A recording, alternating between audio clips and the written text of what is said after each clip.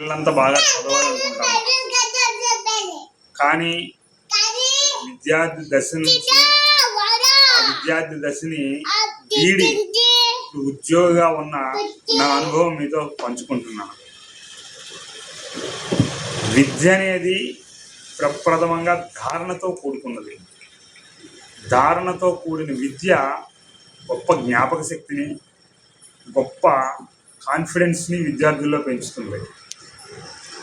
ఆ ధారణ పదే పదే వాళ్ళకి చదివించడం ద్వారా అది వారి మెదళ్ళలోకి ఎక్కి వాళ్ళు చక్కగా చెప్పగలుస్తారు.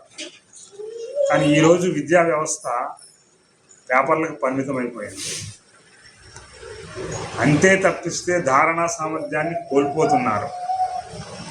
అంతేకాకుండా మన పెద్దలు చెప్పే విధంగా త్రికరణ శుద్ధిగా ఉండడం అనేది చాలా అవసరం. అసలు విద్యార్థి దశలో ఖచ్చితంగా త్రికరణ శుద్ధిగా ఉండాల్సిందే. మనస్సులోకి చొప్పించబడిన భావాలు మనకి సరైన మార్గాన్ని నిర్దేశిస్తాయి.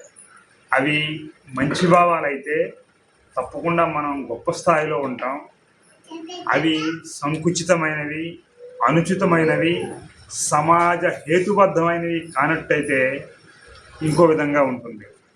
నా సలహా ఏంటంటే విద్యార్థి దశలోనే కాదు, ఎప్పుడూ కూడా మనిషి త్రికరణ శుద్ధిగా, అంతఃకరణ శుద్ధితో ఉన్ననాడు మాత్రమే ఒక వ్యక్తిగా తనను తాను గెలవగలుస్తాడు, ఒక భర్తగా తనను తాను నిలదొక్కుకోగలుస్తాడు, పిల్లలకు చక్కని తండ్రి అవుతాడు, సమాజానికి గొప్ప పౌరుడవుతాడు, తను కోరుకున్న లక్ష్యాన్ని చేరుకోగలుస్తాడు, ఐశ్వర్యాన్ని పొందగలుస్తాడు, సకల అష్ట ఐశ్వర్యాలు భోగభాగ్యాలతో ఆరోగ్యంగా ఉంటాడు. ఇది చిన్న విషయమే అయినా దీన్ని పాటించడం చాలా కష్టం. పాటిస్తే తప్పక మంచి ఫలితాలు ఉంటాయి. Thank you. నమస్తే.